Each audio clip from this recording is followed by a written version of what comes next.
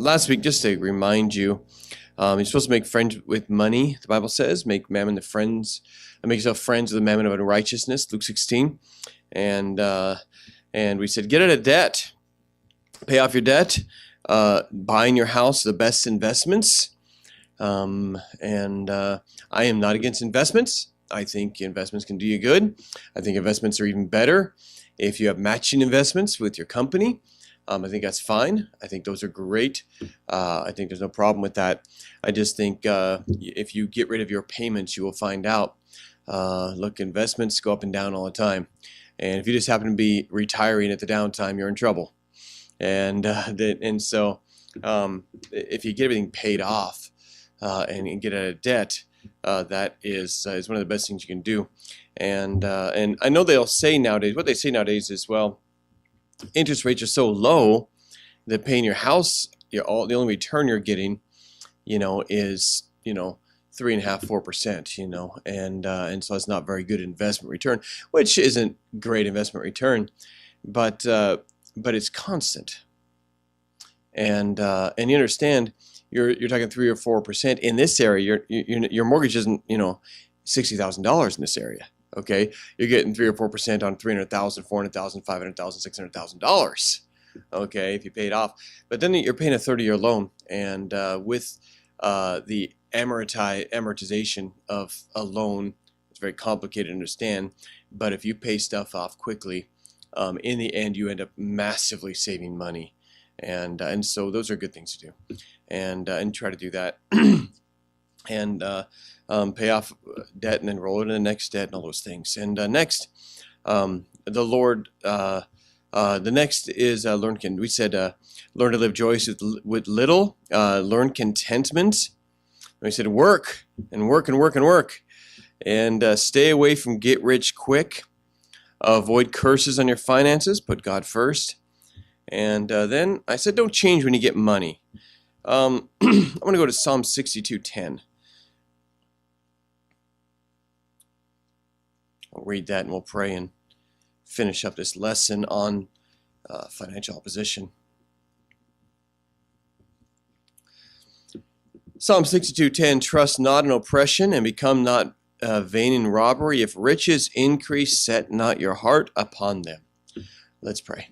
Father, thank you for your word. Thank you for speaking to us through the word. Thank you for the chance to learn about overcoming opposition. And I pray that we would be overcomers. And thank you for your word that gives us such truth and such blessing and such wisdom.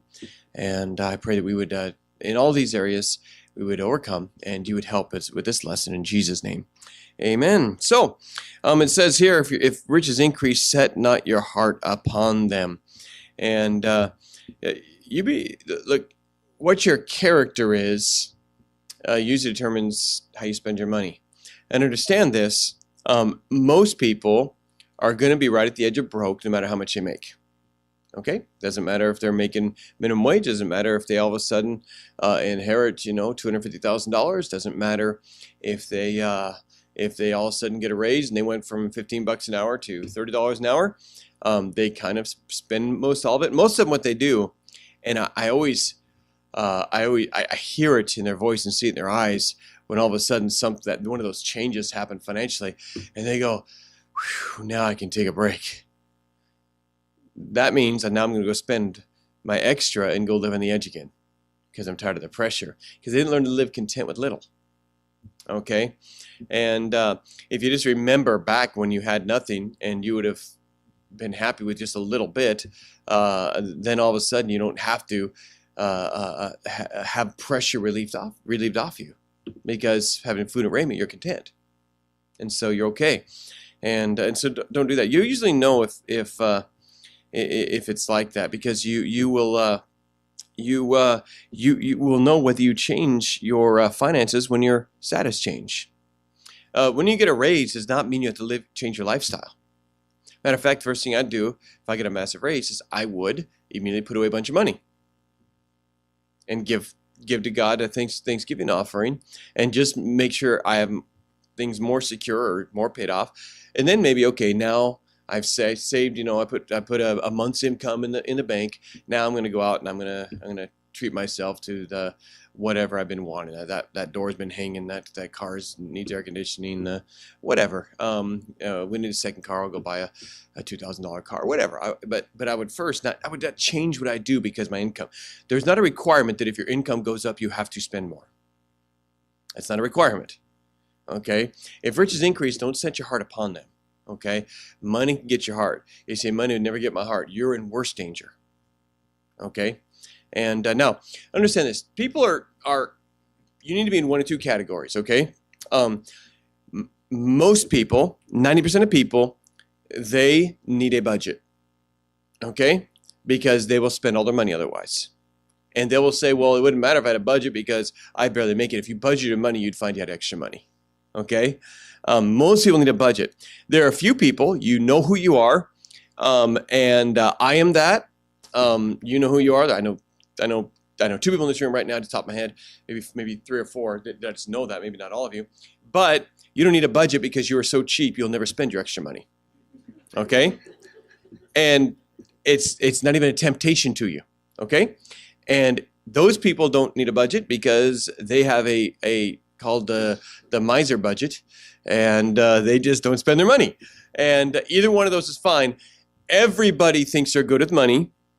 Everybody thinks they're good with money. Almost nobody is. And can I tell you something? If you're in debt and you've been in debt and you occasionally come up above water and go, oh, I'm out of debt. And okay, though you think you're good with money, you're not. And you have to be really wise to be able to say, you know what? I think I'm good with money, but I must not be because I'm always in trouble financially. You're not good with money. You just think you are. Okay? And you have to be able to admit that to yourself and say, I need a budget. Okay? And that's most people. And that's not a bad thing. That's most people. Okay? That's 90% of people. Okay? And so be careful about that. And then the love of money don't love money. It becomes your enemy. Remember, you're supposed to make yourselves friends of the mammon of righteousness. But 1 Timothy 6:10 says, let me just go there because the passage around it helps you understand it. I have struggled with this passage, as many people do, for many years, never understood it. And I actually understood it this week for the first time, I believe.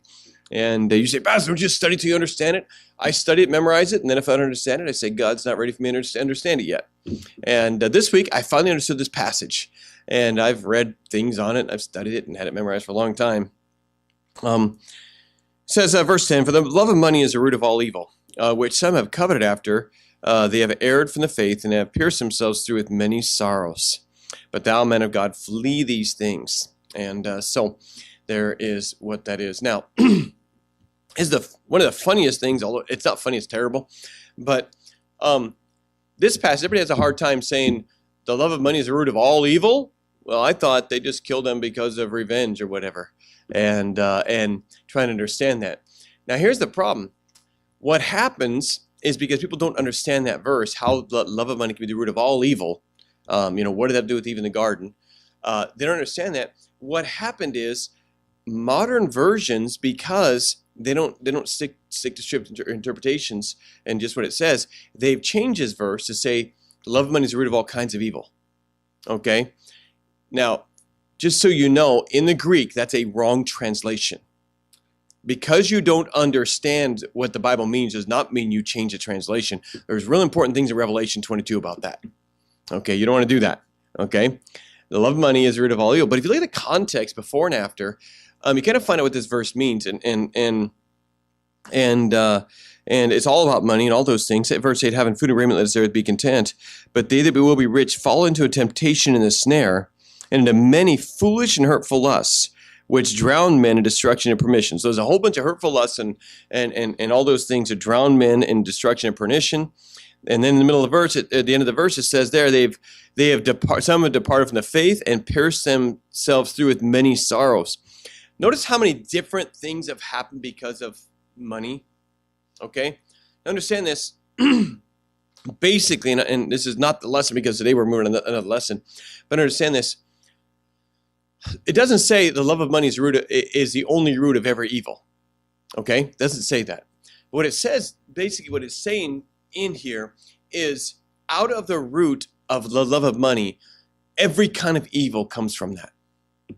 Okay? Does anybody ever murder anybody because of money? Yes. Is there ever adultery because of money? Okay. Is there anybody departing from the faith because of money? You know, I did a lesson. I was in high school and in a speech class, and I did a lesson on TV evangelists. You know what shocked me to death? These early TV evangelists were sacrificial people living for God. Jim and Tammy Baker, everybody in Bible college with them said they were the most zealous, sincere Christians in the Bible college. Do you know that? But they got into money, and money ruined them.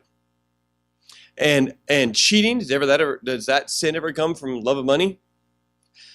Any sin, once you have pierced yourself through with many sorrows, at the root of any kind of sin can be money. If you love money, you now have the potential to every sin. It'll make you lead a faith. It'll make you do all kinds of things. And so you cannot let money, and I promise you this, you need to be careful about the love of money. Everybody.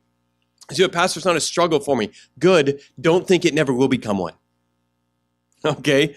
Because you might change and it might get, you've never had maybe $1 million. And so you don't know. Okay, if you never had 2 nickels to rub together, you say, money's not a problem for me. I never am tempted with it. That's because you never had a lot. You all of a sudden get $1 million, you might find out, whoa, I could go have some real fun with this. Boy, I could, you might start thinking all kinds of bad thoughts and doing all kinds of bad things and all those things. And so be very careful about the love of money. Love of money is not just, it is also comes out in greediness. Understand you might love money and be greedy. You might love money, you might be dishonest. You might love money because you just, because you decide to go and work instead of go to church, or all kinds of things. And so it comes out in many things. So the love of money can be very, very, very, very, very dangerous. So be very careful about that. All right. I want to go to Joshua chapter 1. Just wanted to hit a couple points there about that. And don't have that financial opposition. Overcome it and do it through discipline. And all right, Joshua chapter 1. I spent a little too much time on that. Joshua chapter 1. It says this, now after the death of Moses, the servant of the Lord, it came to pass that the Lord spake unto Joshua, the son of Nun, Moses' minister, saying, Moses, my servant, is dead. Now therefore arise, go over this Jordan, thou and all the people unto the land which I do give to them, even to the children of Israel. Every place the sole of your foot shall tread upon, have I given to you, saith, as I said unto Moses. Okay. In this lesson, I want to talk about overcoming opposition. We're talking about Joshua today. And I want to talk about pressure and expectations. Pressure and expectations. And this affects a lot of people. Can you imagine you being the guy who follows Moses? Now understand, not only was Moses the great leader, but understand he's the only leader everybody knew.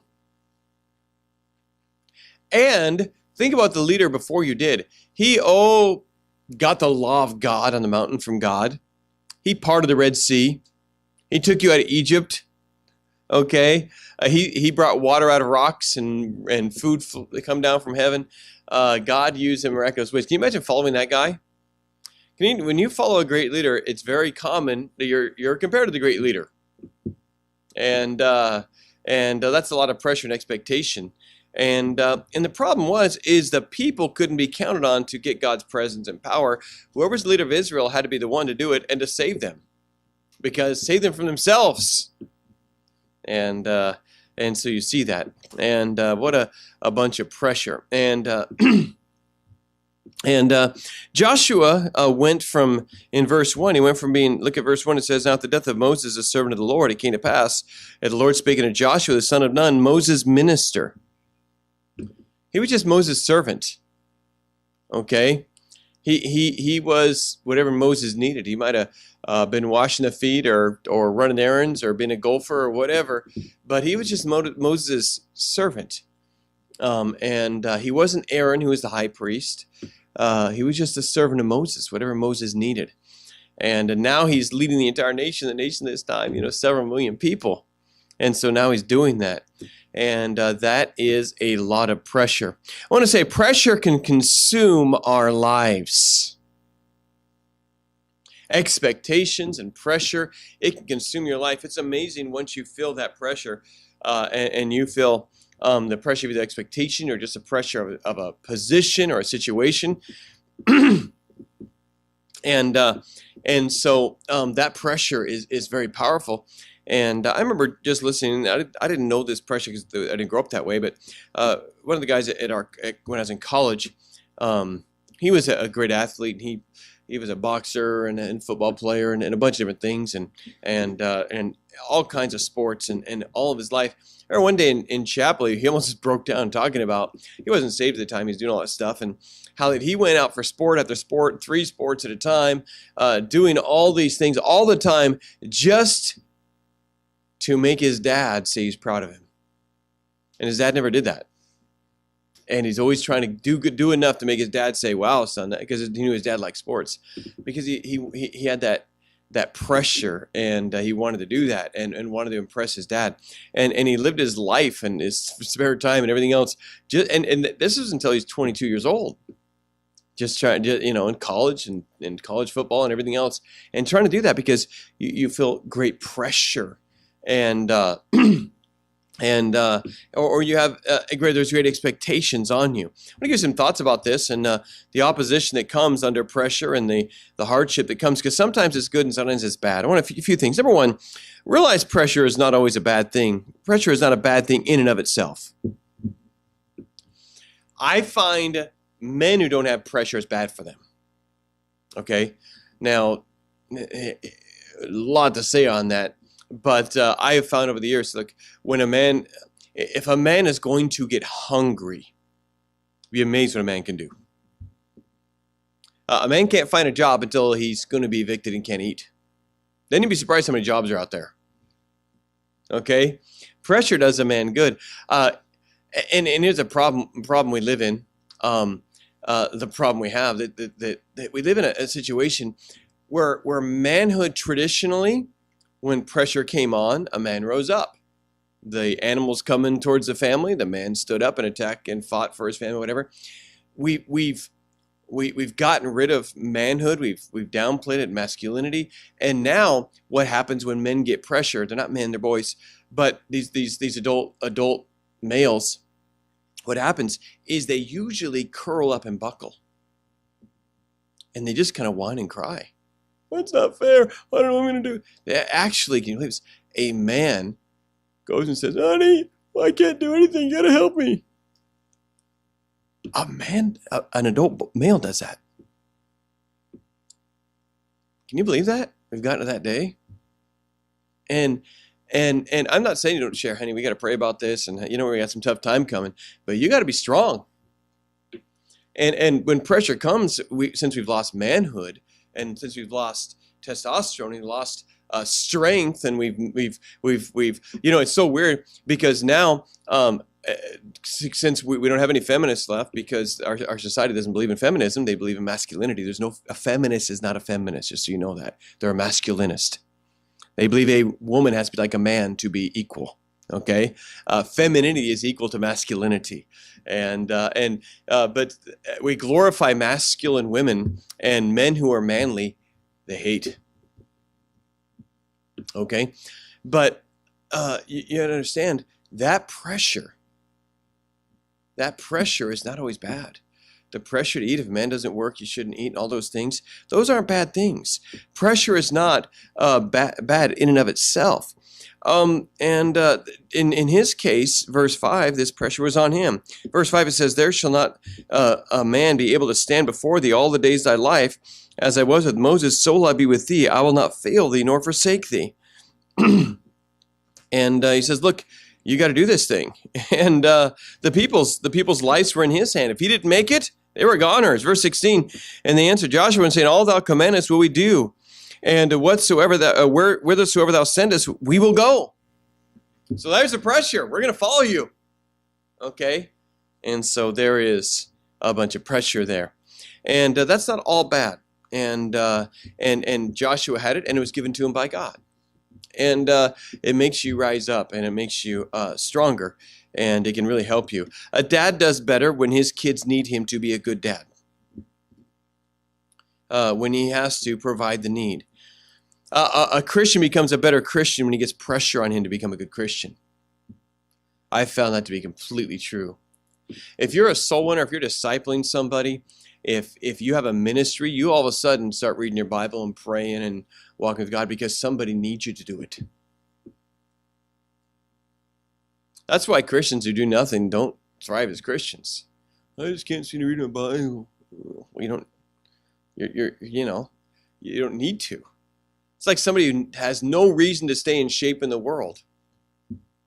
Well, you probably won't stay in shape. Most people don't have the character to do that. And so when you have pressure on you, your family needs to get saved, and you've got to really stay close to God to be an example, so don't ruin your testimony. You got to pray and have power in your prayer and all these things. That you find out that that pressure of somebody needing you is a good thing, and helps you be a better Christian, and does that. And if you respond properly, it makes you step up.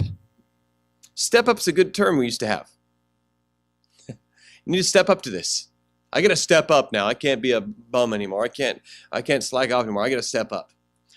It used to be, and again, it just surprised me. It's not really too much anymore. When somebody had a child, a guy who was a goofball would all of a sudden step up to manhood. Okay, and these things make you step up, and that's a good thing, because you know what? A lot of us need to step up, and so that's a good thing. And so you have those things and do that. I think pressure's okay. I think there's pressure over the Bible. If our gospel be hid, it is hid to them that are lost. I mean, if you don't preach the gospel, the lost are lost. Ezekiel 3, one of those ebooks. Ezekiel 3, it talks about, look, I've set you a watchman. If you don't warn them, their blood's upon your hands. Okay, that's pressure, and that's a good thing. It makes you need to step up and do that, and that's fine, and do that. There is going to come pressure because the devil attacks you, and you got to be strong, and so that's okay. Pressure isn't always a bad thing. Don't be bitter and petty if you get pressure put on you in life. You all of a sudden get time constraints. You know, instead of, what an amazing thing is, people are so weak sometimes that when you give them a time constraint, they'll spend more time whining about the time constraint than it would to get it done. What do you mean I got 15 minutes? It's a mess. Look at it. Start cleaning, man. You got 14 and a half minutes now, and that's okay. And look, parents never put pressure on their kids anymore. Your kids are going to have pressure.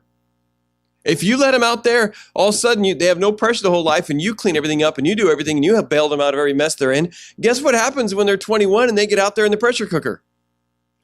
You can't yell at me, boss. This isn't fair. I'm leaving. That's what's going to happen. Because they didn't have any pressure on them. And you never made them earn anything. Oh, you want a smartphone? Okay, here it is. You want a gamepad? Here it is. You want to? Here it is. You never said, all right, you know what? I'll let you earn that thing. Do you know that word earn? Do you know what that means? It's kind of an old word people used to talk about, earning things. Okay? And you earn it. I always laugh because I was in the middle of the ghettos of Chicago. Everybody was on welfare. In 1993, 1994, I was in the middle of Southside Chicago. Everyone around me was on government assistance. Everybody. And I was in the war zone already. And they talked about welfare reform, and they were going to make people work. And I thought, it is going to be death in the streets. That's what I thought. I thought it's going to be death in the streets. Because these people never worked. You understand? I met third generation welfare people. Their grandma never worked. Mom never worked, and now she's 18 and got a kid. And how are they gonna know how to work? And you know what amazing thing is? They went and told those people, hey, the situation's coming up at the start of this year, and they reformed welfare. Do you know the welfare rolls got cut in half? You know what they did? They got jobs. Why? Because everything was getting cut off. If you weren't either in job training or applying for a job, you couldn't get your assistance. You know what they did? And it was awesome for them. Helped a lot of people. That's all gone now, by the way. They undid all that in the last 8 years. But it was awesome for a while there. And wonderfully helped people. It was a good thing. Why? Because the pressure came on. And be surprised, hunger is a great pressure. Okay? And that's okay. And so they had that. And people, look, I've seen it so many times.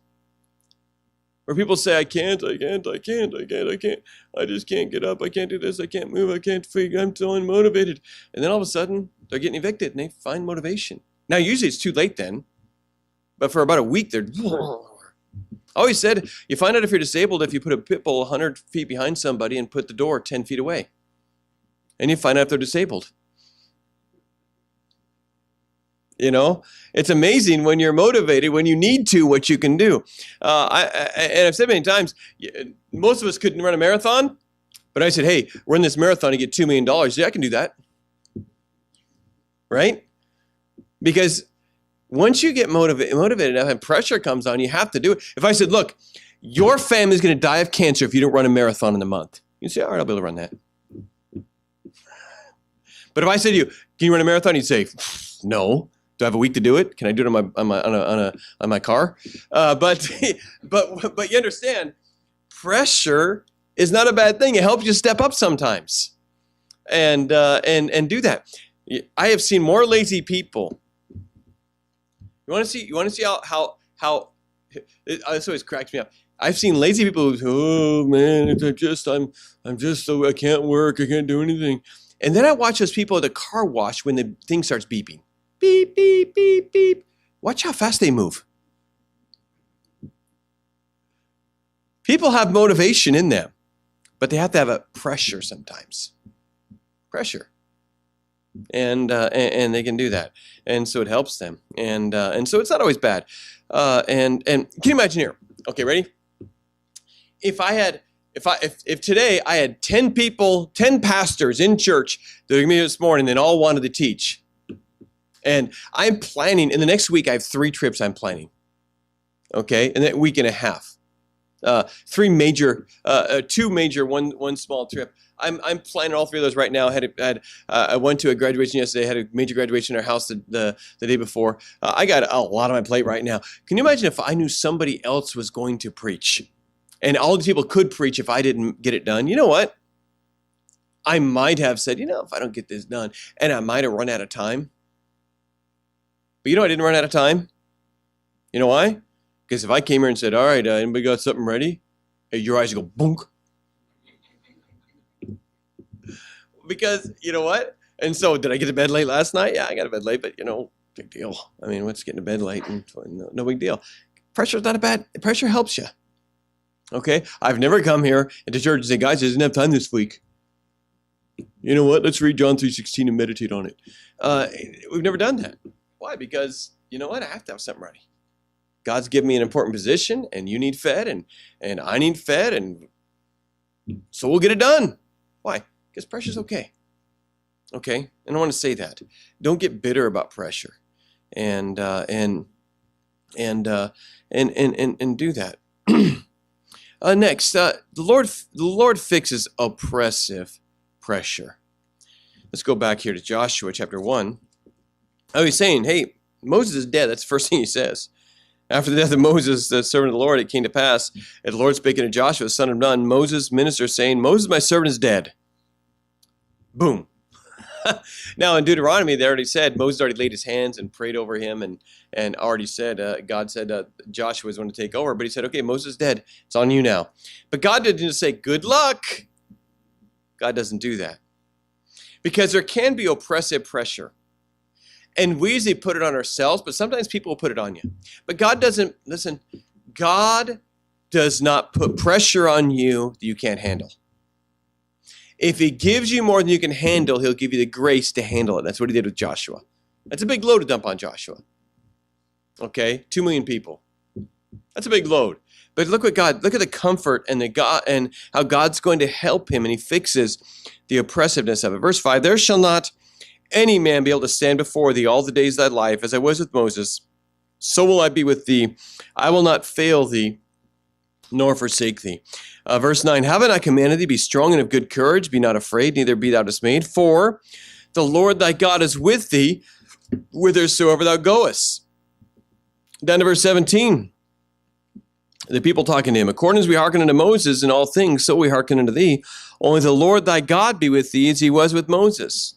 Okay, the whole thing was fixed on, look, God can help me do this. God has said he's going to be with me. God says he will help me. He'll not fail me. And so I can lead this nation. That's the good thing right there. I tell you, very few people anymore are ready for parenthood when they have their kids. I wasn't.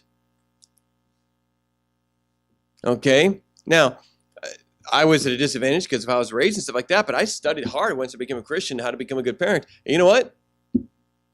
My kids found how to do things that weren't in the books.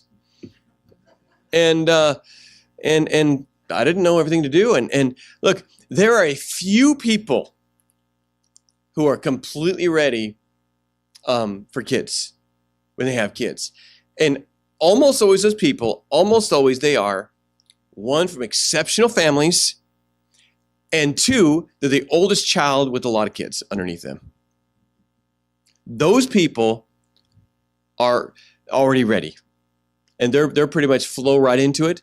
But most people, you have kids. Look, when ladies in our church have babies, I tell my wife to teach them how to get the baby to sleep at night. Otherwise, she will be a basket case, and her husband won't be able to handle her because the kid's crying all night. And you know what? Most parents don't know how to make their babies sleep during the night. So the babies do what? They cry all night. Dad doesn't hear a thing. Mom's up all night, and pretty soon the wife hates the husband, and it's not good.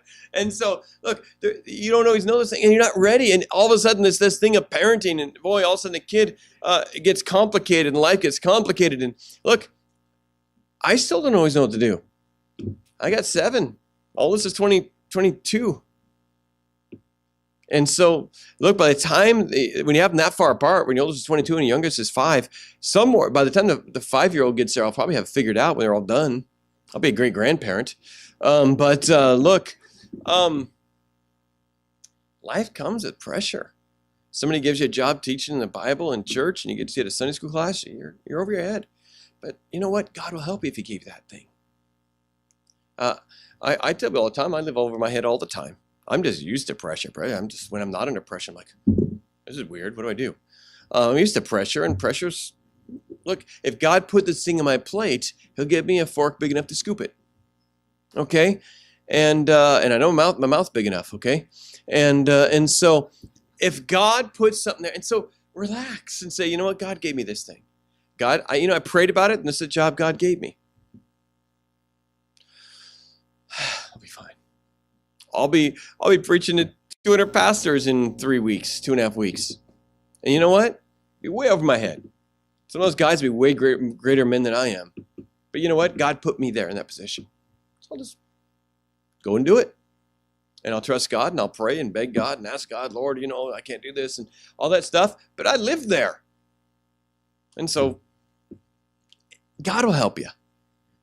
I learned that I can't do what God's given me to do a long time ago. I need God's help. So I just live there. I just always, look, without me, you can do nothing. So I'm over my head all the time. So no big deal. What's the big deal? I got a great God who can help me, even though this thing's too hard for me. So Lord, take some of the pressure off me. Lord, help me with this thing. Lord, but most of us don't choose our pressures, do we? How many went out and said, I need more pressure in my life. I'm going to find I'm going to have some relatives and have these needs. I'm going to have this financial crisis. I'm going to have a mean boss. I've been looking for these things. How many of us do that? Okay. It just comes to you. Okay. And so what do? You say, Lord, I need your help in this thing. You've allowed this, so I need your help. See, God relieves your pressure. Okay? And many times he'll give you wisdom, and once you pray about it and give it to God, you'll be surprised all of a sudden an idea will come to your head. And you'll be surprised how all of a sudden you get wisdom because God wants to help you with these things. He knows what you can do, and he knows the truth of your effort. Okay? That's one of the things. Sometimes you get a job. You ever had a job? Look, it took me a while to figure this out. I was young and dumb. there's some bosses who are extremely good bosses and very productive, and they never feel like you're doing enough. They may never make you feel like you're getting it done and doing enough. And everybody all the time is running, trying to get everything done because this guy he always says, man, we got to do more. We're not getting that all the, that's why he's a really good boss. And he's probably actually many times impressed, but he never says that. Now he should say that. I want to say that. If you're the boss, if they do great, tell them. But many times the best motivators never seem happy. And you know what? You realize, I used to be, we're not doing, I learned to do my best and say, God, this is the best I can do.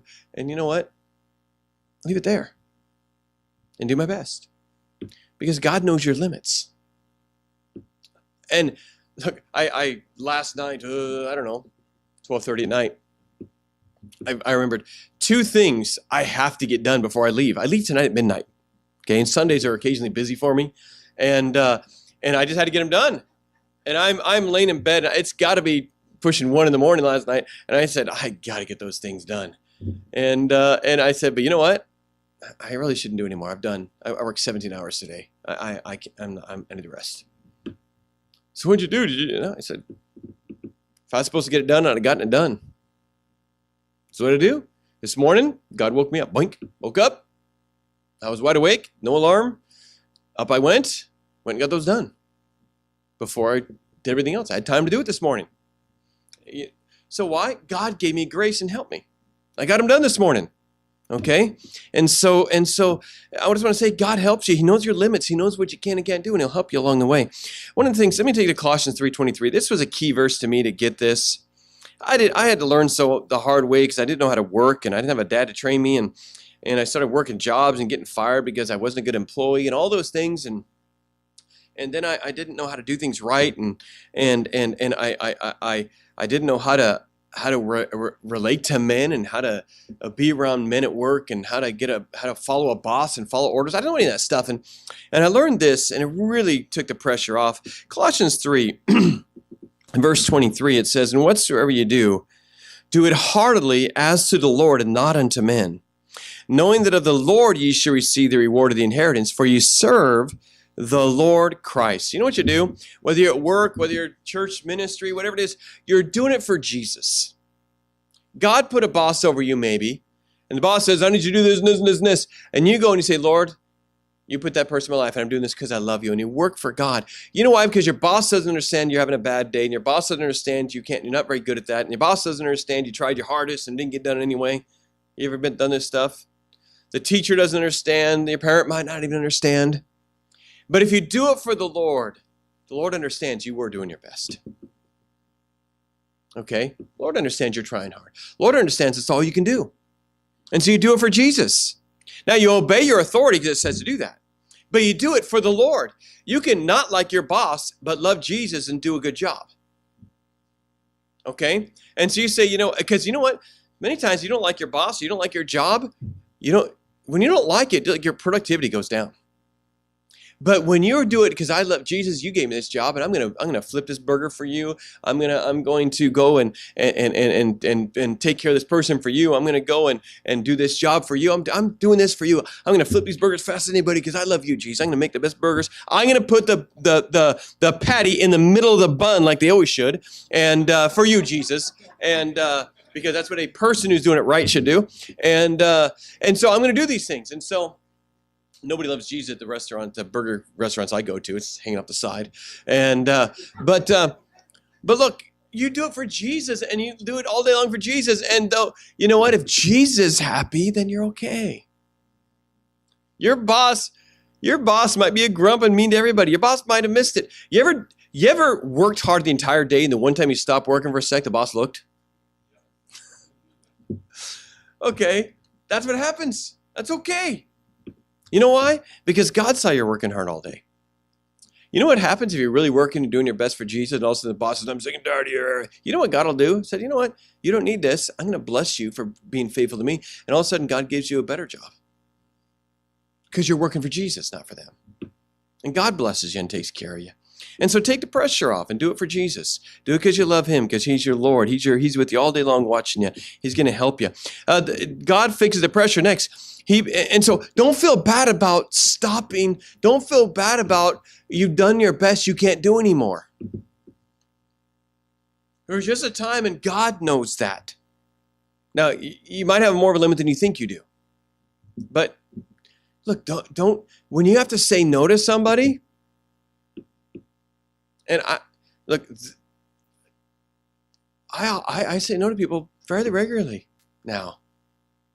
I mean, I'll do most things, but there's just times where I just say, you know what? You got yourself in a mess. I'm not going to help you with this one. Or tomorrow. I'll get with you tomorrow.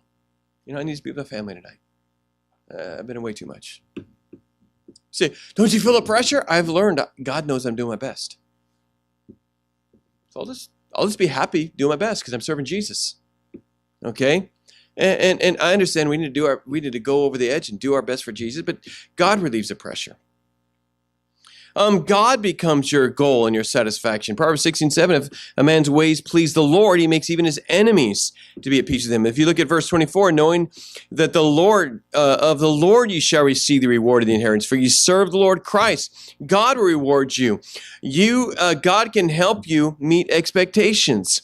And so God is the great oppressive, fixes the oppressive pressure, the pressure you shouldn't have, the pressure that isn't fair, that Joshua felt. He says, I will be with you. I will help you. So, you know what? Have joy everywhere you go because God's going to help you.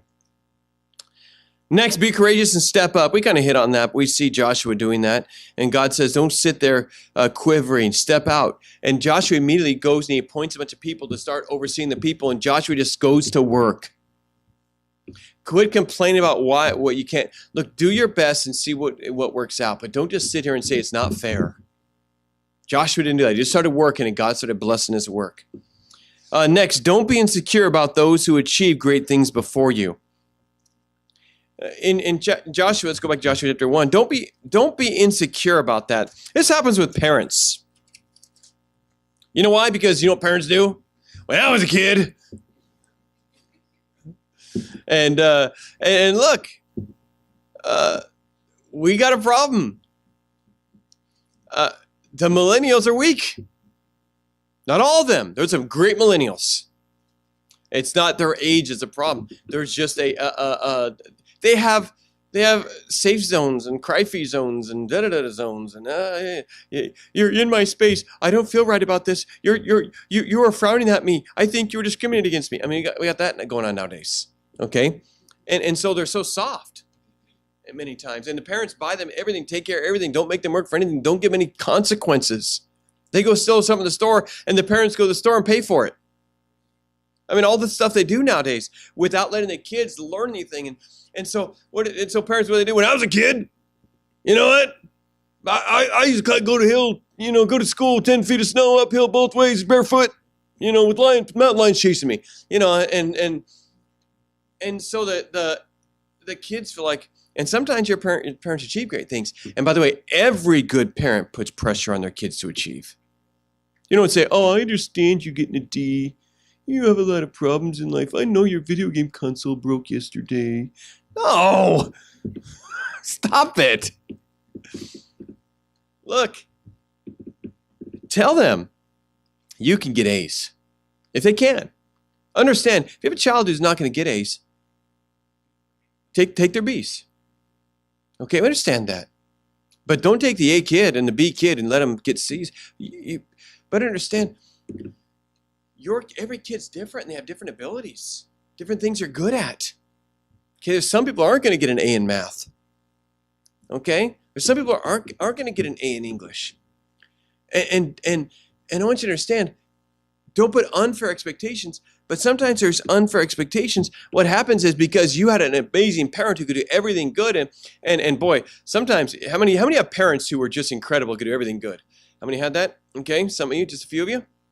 What happens is you start comparing yourself what the Bible says not to do. And you know what happened many times? You start tearing them down to feel better about yourself, and you get against your parents. Don't do that. Look, Joshua never said, well, Moses wasn't so hot. And the people said, as long as God's with you, like he's with Moses. Well, Moses is nothing, man. Moses, he had it easy. He didn't do that stuff. Don't be insecure like that.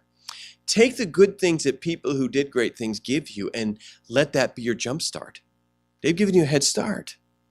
Okay? And use what they have, and don't tear down people who did great things before you. You don't need to do that. Because the person before you did great things doesn't mean you have to tear them down, and doesn't mean you have to rebel against that.